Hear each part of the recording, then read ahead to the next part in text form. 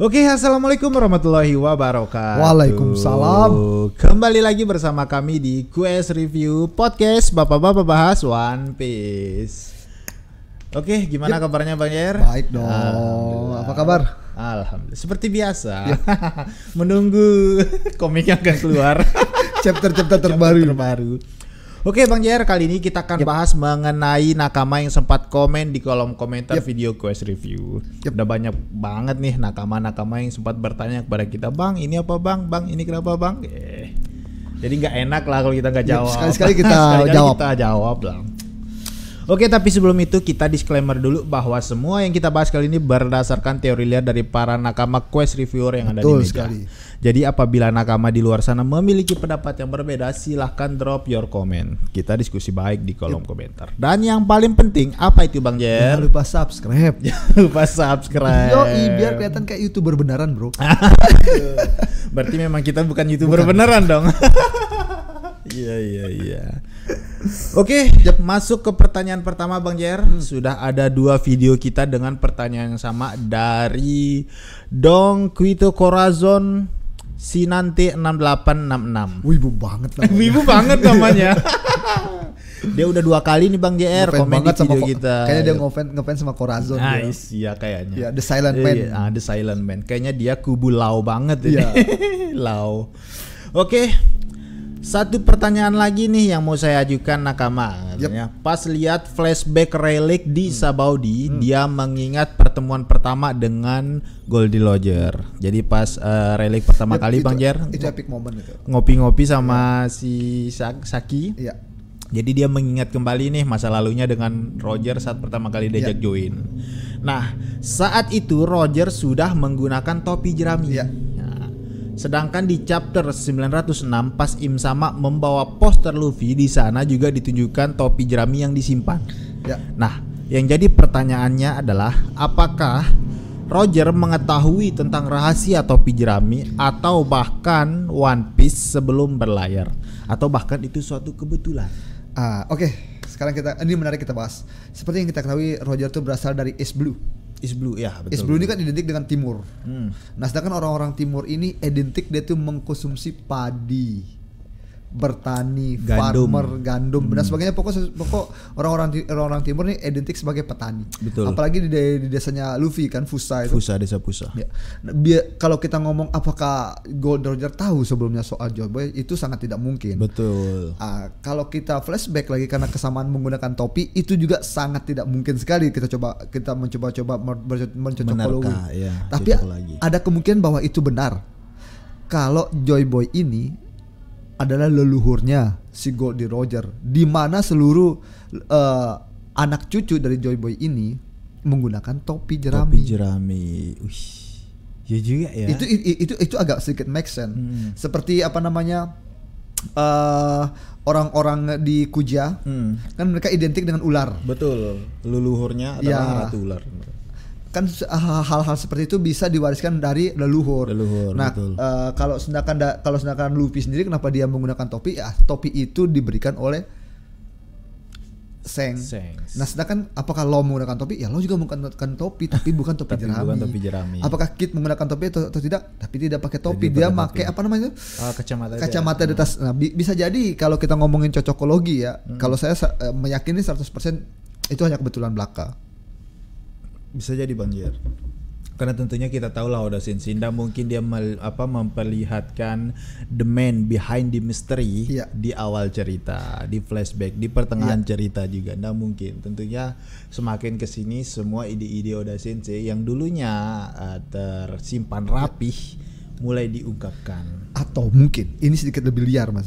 Kenapa? Atau mungkin kita kan tidak pernah dikasih tahu siapa nama bapaknya Goldie Roger. Oh iya. Siapa nama kakaknya ataupun kakeknya, leluhur sebelumnya. Atau mungkin ketika Goldie Roger ini masih kecil, dia sempat mendengarkan sebuah folktale, yaitu cerita urban legend seperti itu, bahwa dulu ada seorang yang bermarga D seperti dia yang menggunakan topi jerami dan dia dikenal sebagai pahlawan dan saat itu namanya disamarkan. Iya. Bisa jadi dia tuh ngefans atau mungkin dia memang seorang petani. Kan seperti yang kita ketahui, pertama kali bertemu antara Roger dan Relic itu, Roger tuh nggak punya kapal, Pak. Iya, sama kayak Luffy. Iya, yang punya kapal itu Relic. Dan bahkan Relic ini tidak punya mimpi ataupun cita-cita untuk jadi bajak laut. Iya, karena dia pemancing. Iya, dia hanya seorang nelayan biasa. Datang petani gabut yang menggunakan topi jerami ngomong, yuk berlayar sama saya gitu. Udah, that's all. Iya, keren. Dan yang anehnya Bang JR, itu topi kan seperti kita ketahui bahwa topi itu sudah bergenerasi dan bergenerasi. Pertama dari Goldie Roger, kemudian turun ke Luffy, turun ke turun ke Shanks, kemudian turun ke Luffy. Padahal topi jerami ini kok gak rusak-rusak ya? Itu legend ya.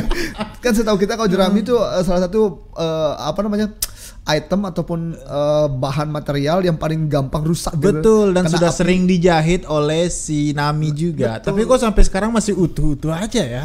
Ini penuh misteri ini. Apakah itu topi dialiri haki atau gimana? Bisa jadi dia dari jerami khusus gitu.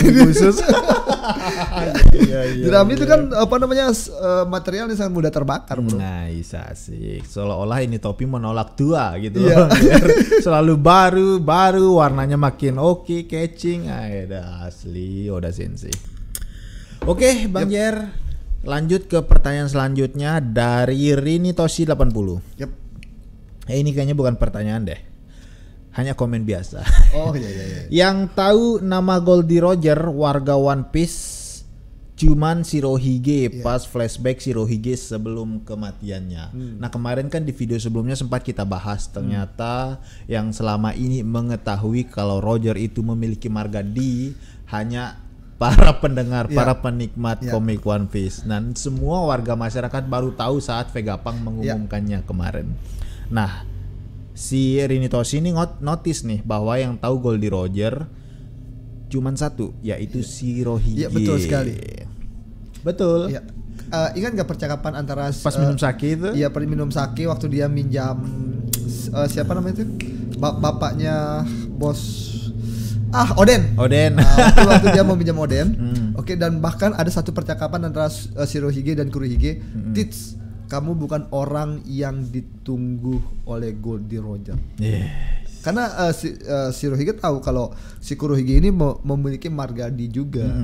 Tapi di situ si Kurohige si Shirohige itu meyakini Tits bahwa dia bukan orang yang ditunggu oleh Roger. Iya betul, Bang Jer. Karena saat itu dia juga Goldie Roger itu mampu mendengarkan suara lautan, suara monster-monster laut sama seperti Oden. Nah, sementara Shirohige sendiri dia nggak bisa dia. Betul. Kalau si Shirohige ini dia tuh tidak punya ambisi untuk menjadi raja bajak laut. Iya, karena ambisinya adalah keluarga. Dia hanya ingin punya keluarga karena dia terlahir kesepian gitu. Kesepian. Tapi memang keren sih Bang JR karena seperti yang kita ketahui dari flashback itu, ternyata hanya Oden saja yang bisa membaca tulisan Poneglyph. Dan diketahui bahwa itu turun-temurun diajarkan oleh leluhurnya untuk membaca hal tersebut. Berarti memang ketat banget bahwa alasan Wano Kuni diisolasi karena memang Wano Kuni ini adalah leluhur dari hasil abad kekosongan. Iya, betul sekali. Karena orang-orang Wano Kuni lah yang menulis Poneglyph. Iya. Bisa jadi Bang Jer. Akhirnya turun-temurun wah kamu harus tahu nih bahasa. Sama kayak kita harus mengetahui bahasa sejarah kita. Kalau nggak salah kan tulisan kita kan bukan alfabet Bang Jer. Hanya tulisan di secarik daun dulu. Keren. Dan yang uniknya, walaupun Roger tidak bisa menggunakan bahasa Poneglyph, tapi dia dengan isengnya Bang JR di Pulau Skypia dia menulis aku sudah kesini, katanya. Silahkan lanjutkan. Dan saat itu yang membaca itu Robin dan Robin ini kaget, apakah sang Goldie Roger ini berasal dari abad kekosongan atau tidak? Padahal yang nulis itu Oden. Keren sih, plot twist. Kalau seperti yang dia ngomong tadi yang komentar itu tadi, kenapa yang dibunuh-bunuh Pak? Ada dia nggak yang komen itu? Yang mana? Yang kenapa orang-orang itu dibunuh? Orang yang mana dibunuh itu? Clover. Oh ini Salah satu dari bukan pertanyaan sih Bang Jar, komen biasa dari 2023 Gaming. Oke. Kata Clover, Marga D dibunuh. Lah jelas-jelas Monkey D. Gap dari awal namanya disamarkan, nggak dihilangkan nama aslinya, padahal jadi anjing pemerintahan dunia. Ada apa dengan Oda Sensei kok cerita sedetail ini bisa blunder? Thank you 2023 Gaming. Pertanyaanmu memang mind blowing dan bikin kita blunder di sini. Tapi itu statement yang sangat keren. Iya, statement yang sangat keren Bang Jar. Dan itu juga debatable banget. Iya. Kenapa Oda Sensei bisa blunder? Menurut saya Oda Sensei tidak blunder. Seperti yang kita ketahui itu Gap itu salah satu orang yang membawa Goldie Roger untuk dieksekusi. Dan di situ pemerintah dunia sudah memastikan bahwa Gap tidak akan berkhianat. Dan pemerintah dunia itu akan memaafkan Marga D yang mau bekerja sebagai anjing mereka. Selain Gap kan ada Marshal de Paul yang raksasa itu kan, ada dia juga. Ada beberapa D yang mungkin belum di-mention di situ. Yang baru kita tahu kan cuma ada 2. Kemungkinan besar yang di luar dari Merin akan diburu, terutama orang-orang D yang mencari abad kekosongan. Iya, bisa jadi Bang Jar. Mungkin alasan kuat kenapa Garp menginginkan Luffy gabung ke Angkatan Laut. Karena dia tahu. Kan dia sebelumnya mengajak anaknya juga, Dragon. Tetapi Dragon itu mengkhianat di tengah jalan. Iya, dia mengikuti Will of D-nya. Bisa jadi Bang Jar. Karena di spill juga sama Vegapunk bahwa D ini merupakan marga yang akan meneruskan keinginan masa lalu di abad kekosongan. Dan Will of D ini mungkin secara nggak langsung telah disadari oleh Garp, tapi mungkin karena dia ingin melindungi keluarga kecilnya, akhirnya dia lebih memilih ke pemerintahan dunia. Sebelum kita tutup podcast ini, Fajol, saya tuh mau menutup podcast ini dengan kata-kata Vegapunk. Apa itu Bang Jar? Suara-suara dari sejarah memanggil saya. Iya. Tetapi suara-suara itu tidak bisa terdengar karena tertutup oleh suara pemenang. Karena sejarah ditulis oleh pemenang. Iya, kan ada kata-katanya itu. Ya betul Bang Jar, sejarah ditulis oleh pemenang. Ini mengingatkan kita tentang memang harus diakui sejarah ditulis oleh pemenang. Karena tidak mungkin sejarah akan dideklarasikan oleh orang yang kalah Bang Jar. Baik itu contohnya kayak film-film tentang peperangan, selalu yang jadi peran antagonisnya adalah hero.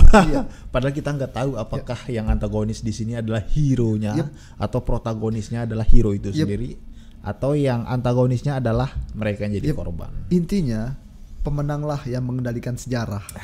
Dan sekarang kira-kira apa sejarah-sejarah yang coba memanggil kalian nakama? Iya. Oke, mungkin cukup sekian untuk pembahasan dari para komen nakama yang sempat komen di kolom komentar video Quest Review. Thank you banget ya. Jangan lupa untuk tetap stay di kolom komentar. Buat yang lainnya juga komen gitu. Jadi kita akan bahas nih apapun pertanyaan dari para nakama yang sudah komen di kolom komentar kita, dan kita akan spill, kita akan bahas di sini berdasarkan teori liar dari para Quest Reviewer yang ada di meja. Oke, mungkin cukup sekian untuk video kali ini. Apabila nakama memiliki pendapat yang berbeda, silahkan drop your comment. Kita tetap diskusi baik di kolom komentar. Oke Bang Jar, see you next episode. Thank you brother.